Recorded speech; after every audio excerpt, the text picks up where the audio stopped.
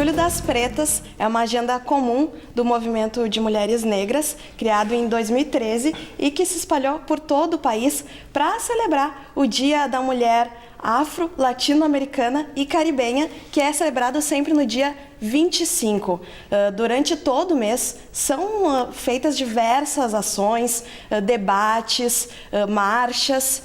E para lembrar justamente o direito das mulheres à proteção ao mercado de trabalho e também o combate ao racismo e toda a opressão de raça, de gênero.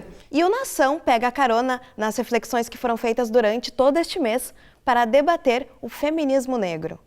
E estão conosco a especialista, socióloga e especialista em direitos humanos e integrante do Conselho Consultivo da Federação das Associações de Comunidades Remanescentes de Quilombo, Reginete Bispo, e também a doutora em Educação pela URGS, especialista em políticas públicas e presidente do Instituto África e América, o IAFRA, Eliane Almeida de Souza. Bem-vindas ao Nação. E para a gente, então, discutir o feminismo negro, avanços e desafios nos últimos anos. A gente já tem uma marcha que se tornou histórica de 2015, das mulheres negras, e esse ano a gente também teve marchas em diversas cidades, já se torna um evento muito representativo. A gente acompanha algumas imagens aqui ao fundo também. Como é que vocês têm percebido, então, o movimento de mulheres? Lembrando que nesse ano a gente teve até a presença da Angela Davis aqui no Brasil, dizendo que esse movimento é o mais importante no Brasil para forçar mudanças e dar esperança para o povo. Essa agenda, essa pauta do feminismo negro, das organizações de mulheres negras, ela tem uma centralidade na realidade política e econômica que a gente vive no país hoje. Tá?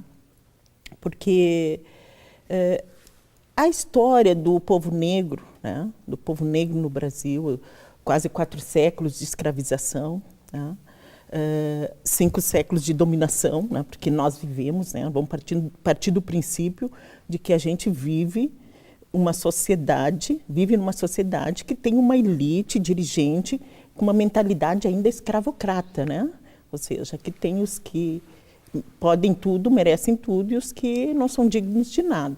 Isso é uma herança da sociedade brasileira do período da escravidão. E eu vou pegar um exemplo muito prático e concreto. Democratização do ensino.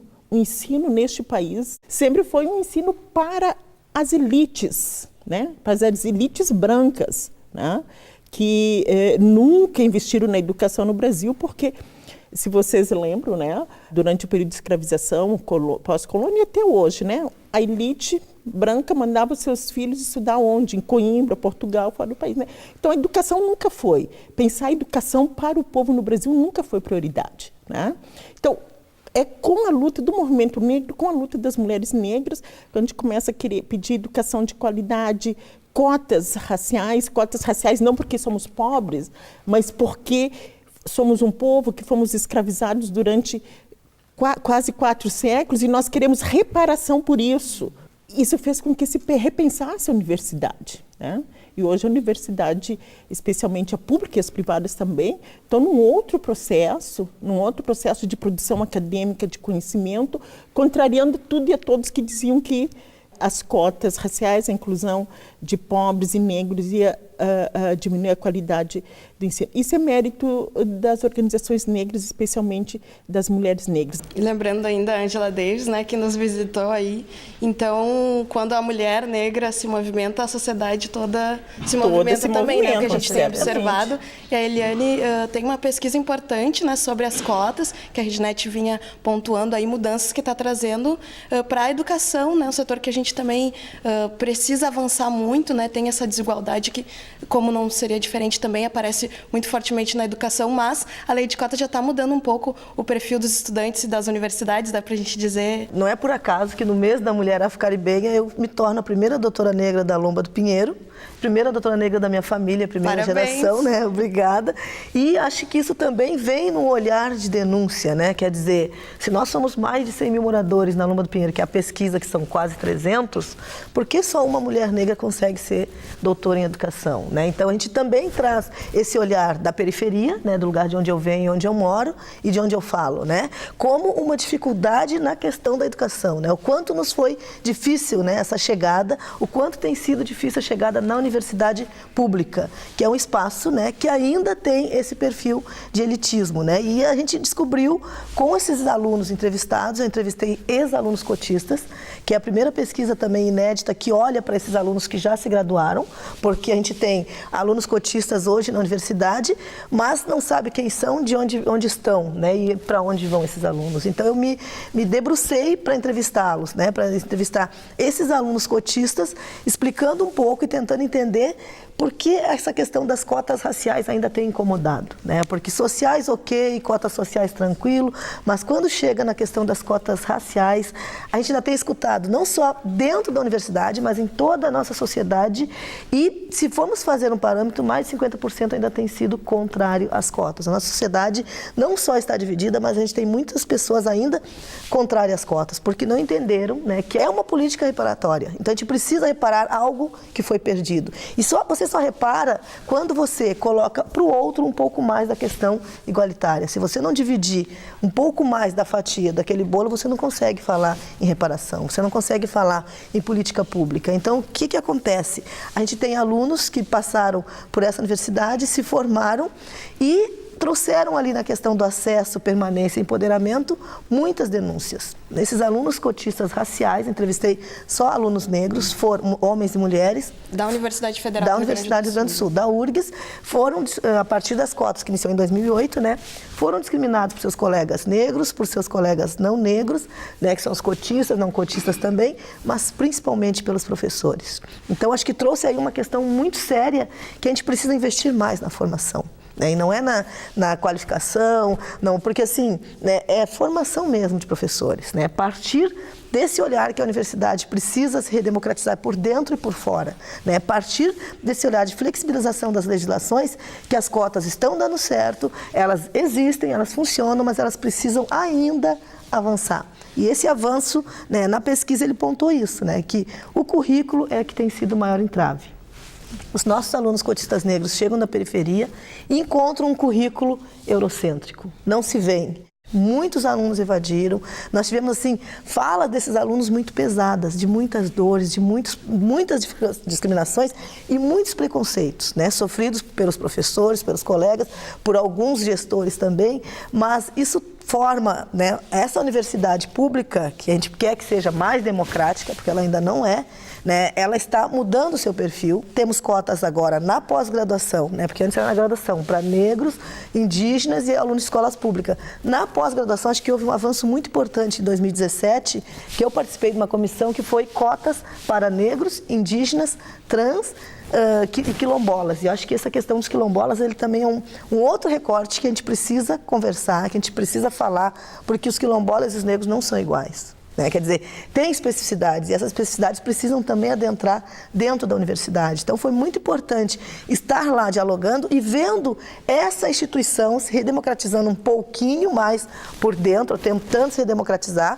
apesar de todos os sofrimentos desses alunos, mas assim, a gente precisa também olhar essa questão dos nossos professores, né? A maioria dos nossos professores da universidade na graduação são brancos, então a gente também está dialogando sobre essa importância, porque a gente não quer nada sobre nós sem nós. Né? É um pouco esse olhar que traz o pessoal dos deficientes, né? Nada sobre nós sem nós. E nós ampliamos essa fala dizendo como que vai falar de negro, de políticas públicas, de ações afirmativas para aqueles que não detêm as suas dores, para aqueles que não detêm a história, para aqueles que não detêm a memória. Então, é estar junto, né? Não é estar com. E uma professora perguntou o que mudou para ti nas cotas, né? Na questão das cotas que a gente acompanhou a chegada. Olha, professora, antes falavam de nós, né? Nós negros, nós indígenas, nós quilombolas, agora falam com nós. E eu acho que esse falar com, ele dá um outro tom, sabe? Ele muda muita coisa, porque se dá um olhar específico no respeito da luta, da história, do pertencimento, dessa memória de ancestralidade que não está no currículo, mas os nossos alunos já estão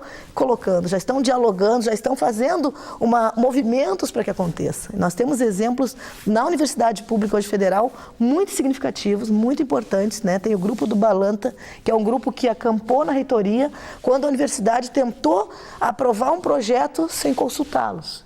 E eles fizeram lá, desse grupo, não só acamparam, mas fizeram o seu movimento, e hoje eles resistem. E nesse grupo eles continuam conversando, fazem articulações e denúncias desses preconceitos e desses racismos que eles vivem na universidade e na sociedade, né? Então, nós temos sociedade gaúcha ainda muito preconceituosa. O Brasil, acho que o Brasil em si ele é preconceituoso, mas a nossa sociedade gaúcha, pela questão da colonização, é o braço mais pesado sobre a nossa comunidade negra.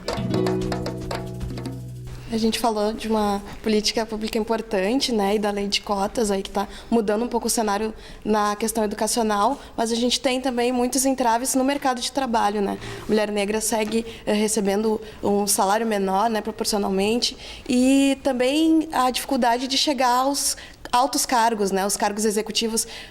Uma pesquisa do Instituto Etos indicou que as mulheres negras têm subrepresentação, né, chega a ser menor que 1%.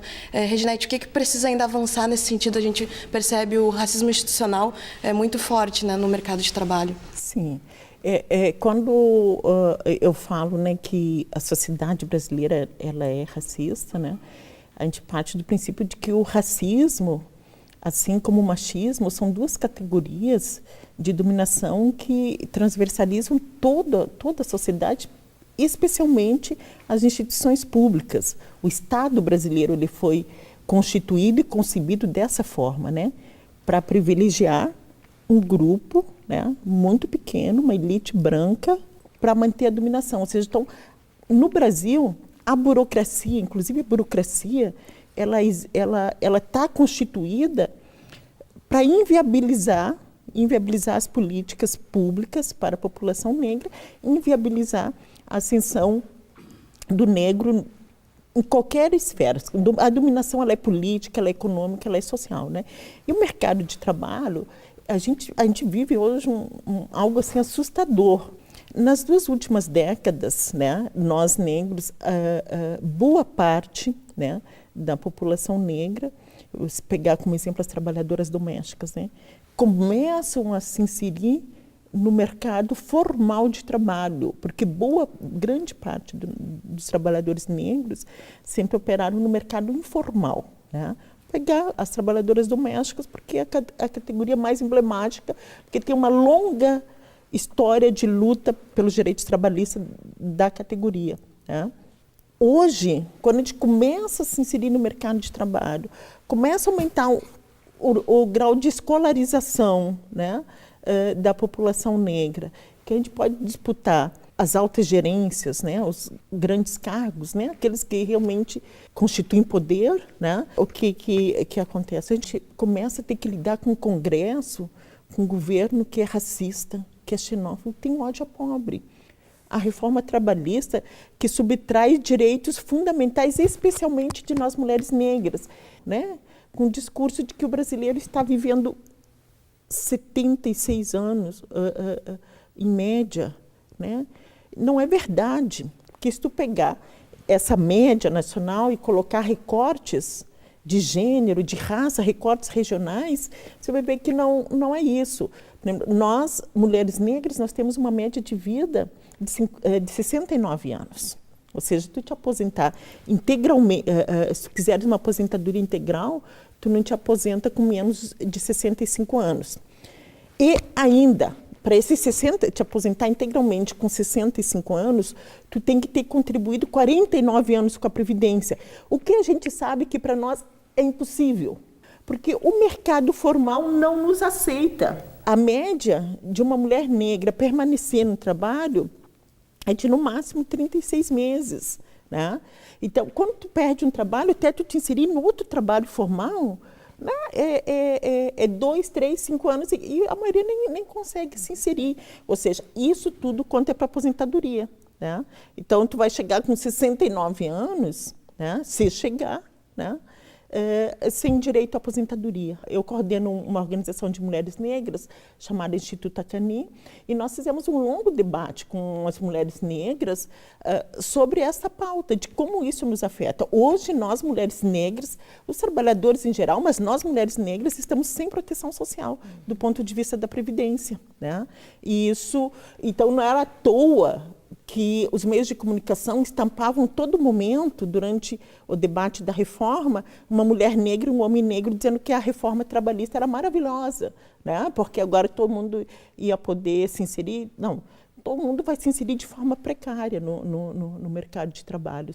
Então, eu tenho pensado, né, que isto, né, toda essa reação tem a ver com a nossa luta, com a luta das mulheres negras, as cotas raciais que nós conquistamos, né, e que incomoda muita gente, não é só, o que está em jogo não é só o acesso à universidade, é o que vem depois disso. Nós vamos lutar para que, em espaço de tempo muito curto, o corpo docente da universidade seja negro também. Nós vamos lutar para que esses meninos, essas meninas que hoje estão nas faculdades de Direito, que eles possam, sim, ser juízes, desembargadores, porque o judiciário é uma vergonha, né? O judiciário brasileiro é uma vergonha. Ainda ontem eu estava lendo uma matéria de como o judiciário trata os nossos meninos com desprezo, né? Está o exemplo do menino lá no Rio de Janeiro, Rafael Braga, que está lá preso por nada, né? E o judiciário se recusa sequer a conversar e a repensar essa atitude. É porque eles têm um medo, como a sociedade é estruturalmente racista, então qualquer coisa, qualquer movimento que projete a nossa altivez, a nossa autonomia, né? Isso faz com que o ódio racial se manifeste. Ou seja, o racismo no Brasil ele se manifesta quando tu começa a disputar os espaços de privilegiamento da elite branca brasileira, né? Uma das pautas importantes, né, do feminismo negro é a questão da nossa juventude, né? Tu que conversou com vários alunos, a gente viu estudantes, então, na universidade, mas uma questão importante para nós é pensar também os jovens que nem conseguem chegar, né? Porque perdem a vida. Então, tu também, como uma mulher que vem da periferia, pode falar também sobre essa importante pauta, né, que é a vida dos nossos jovens. A Anistia Internacional, agora, no Dia da Juventude, voltou a chamar a atenção do Brasil para esse problema, né, a morte, então, dos jovens negros ou o próprio encarceramento. E aí a gente lembra de novo da Angela Davis, né? Isso segue uma pauta importante, né? Sim, com certeza, porque é como a Reginete trouxe, né? Não podemos falar de feminismo sem falarmos da questão étnica, né? Quer dizer, o feminismo não nos representa, agora o feminismo negro já é uma outra questão, outro diálogo, né? E nessa questão da pesquisa, a gente acessou essa obra fantástica, né, da Angela Davis, né, que é o livro Raça, Gênero e Classe, e ali é muito sério, porque a gente vê que não é só a realidade nossa da diáspora, né, dos que chegaram no Brasil com todas essas perdas, dos seus cortes. Não, isso está presente no mundo, né? O que as nossas mulheres, as nossas ancestrais viveram aqui, os Estados Unidos viveu, a África viveu, outros países também viveram. Agora, no Brasil foi muito pesado. A gente tem isso porque nós temos isso gravados nos nossos corpos, nós temos isso gravados nas nossas mentes e nós somos o resultado dessa diáspora, desse processo. E todas as pesquisas apontam que o jovem negro é o que tem sido o alvo da polícia, né? Quer dizer, em todas as esferas também a gente vem perdendo a questão. A mulher negra e o jovem negro são os que mais perdem em todos os espaços. A gente precisa dizer para essa comunidade o que são as cotas, porque muitas vezes eles acham que cotas é uma migalha, é uma parcela, alguma coisa que o Estado, a universidade vai te dar.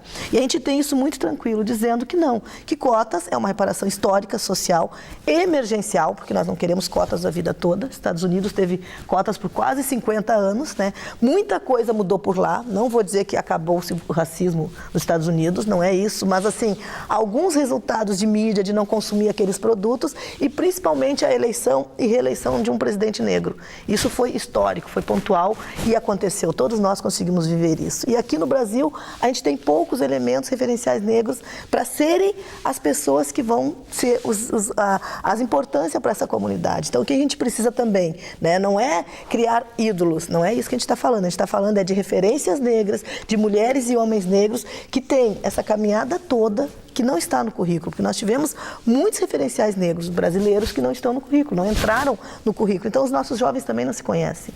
E se eles não se conhecem, eles entram numa categoria muito importante, que é a negação da sua pertença. Como que eu vou me conhecer mulher negra, periferia, se eu tenho vergonha porque o currículo não me vê, a escola não me vê, o professor não me vê, e o professor muitas vezes não se vê negro, não se vê descendente de negro ou de indígena, e tem essa dificuldade de dialogar com o seu aluno. Então, o que ele coloca lá é o senso da igualdade, não briguem porque vocês todos são iguais. E aí, um é negro e o outro é branco e se olha e diz, mas nós não somos iguais. E aí, não briguem porque vocês estão todos juntos. E aí, chega na hora, não só do espaço da merenda, não só do espaço da atenção do professor, e não estão todos juntos. Então, que igualdade é essa? Né? Da meritocracia, né? Então, que igualdade é essa que nós estamos falando em espaços que deveriam ter oportunidades para todos e não tem?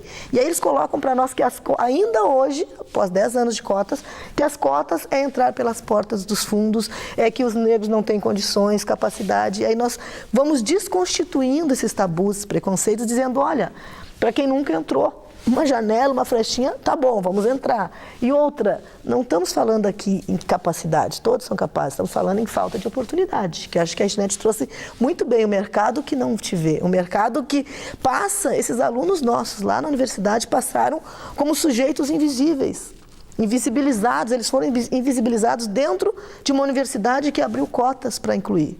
Então, quer dizer, a gente leu, né, nós lemos eles no final da pesquisa como desbravadores, né? Então, a gente tem que questionar essas questões também, até o quanto a nossa universidade pública está preparada para nos receber, né? Para receber alunos negros, indígenas, gays, quilombolas. Claro que temos essa diversidade presente hoje pelas cotas. Há 10 anos atrás não tínhamos, mas ainda o que precisa ser feito, né, com essa política, precisa ser publicizado, que precisa ser dito para que esses alunos recuperem a sua estima, porque eles chegam lá totalmente fragilizados, eles chegam lá totalmente inquietos, não sabendo que universo é esse, e muitas vezes não existe o departamento que deveria atendê-los, não se apresenta, não se mostra, eles saem nem sabendo que existe um espaço dentro da universidade que pode atendê-los, que pode dialogar, que pode ajudar, porque também trazem consigo seus rótulos, né, de não posso dizer que sou cotista, vão me rotular também mais ainda, porque na URGS agora basta ser negro para ser cotista. A gente está tentando realmente dialogar com quem precisa das cotas, né? Explicar o que são essas cotas para que eles não cheguem empoderados, mas eles cheguem conscientes de que é uma política que não vai, né, vai dividir privilégios, vai dividir poder dentro da universidade, mas não vai tirar a sua negritude, não vai tirar a sua história, a sua memória. Ele precisa levar essa cultura para dentro da universidade. E a universidade precisa flexibilizar mais esse currículo para quê? Para que esses alunos se sintam sujeitos de direitos, né? Não é só sujeitos, é sujeitos de direitos. Se cotas é um direito e eu preciso acessar esse direito, bom, eu vou acessá-lo da melhor forma. Eu não vou entrar numa universidade cabisbaixa e sair dessa universidade cabisbaixa e invisibilizada. Eu vou acessar, vou usar essa cota e vou ingressar no mercado de trabalho depois que eu sair daqui, que eu estarei formado, também concorrendo com os que não são cotistas, no mesmo grau, no mesmo direito, porque tudo que eu precisava acessar lá dentro de conteúdo, eu consegui. E esses alunos provaram que tudo aquilo que vinham dizendo contra eles, que não iriam permanecer no mesmo curso, que eles iriam entrar e já não iriam se formar, eles em tempo hábil. Todos que eu entrevistei, eles permaneceram no mesmo curso, entraram e saíram do mesmo curso, na mesma área, e todos eles se formaram no seu tempo. Um ou dois ficaram 2 anos a mais, quer dizer, 2 anos a mais para nós não é muito tempo, né? Porque já esperamos muito tempo para ingressar numa educação de qualidade. Então, 2 anos a mais, para eles que ficaram esse tempo, não é muito, né? Então, acho que foi muito importante ter acessado esses alunos e também esse diálogo e vendo assim, como estão hoje e para onde eles vão, né? Como eles estão. Porque ninguém se preocupou, ou ninguém se debruçou ainda sobre uma pesquisa de acesso, permanência e empoderamento. E hoje nós já podemos ver esses alunos cotistas entrando prontos para iniciarem as suas pesquisas, né? Não estou dizendo que todos os cotistas têm que falar de negros, todos os indígenas têm que falar de indígena, não é isso. Mas essas histórias que ainda não adentraram no currículo, que não chegaram na universidade, elas precisam ser contadas por quem? Por esses sujeitos de direitos que estão lá. né? E precisa ser contada de uma forma fidedigna, não de forma distorcida como vinha sendo contada até 2008. Muitos são os avanços, né, mas também os desafios que a gente tentou abordar aqui nesse programa Nação Especial sobre feminismo negro. A gente fica por aqui, mas no próximo programa a gente volta a abordar então esses desafios do nosso dia a dia aí de mulheres negras, enfrentando o preconceito, o racismo e as diferenças aí, as desigualdades de raça e de gênero.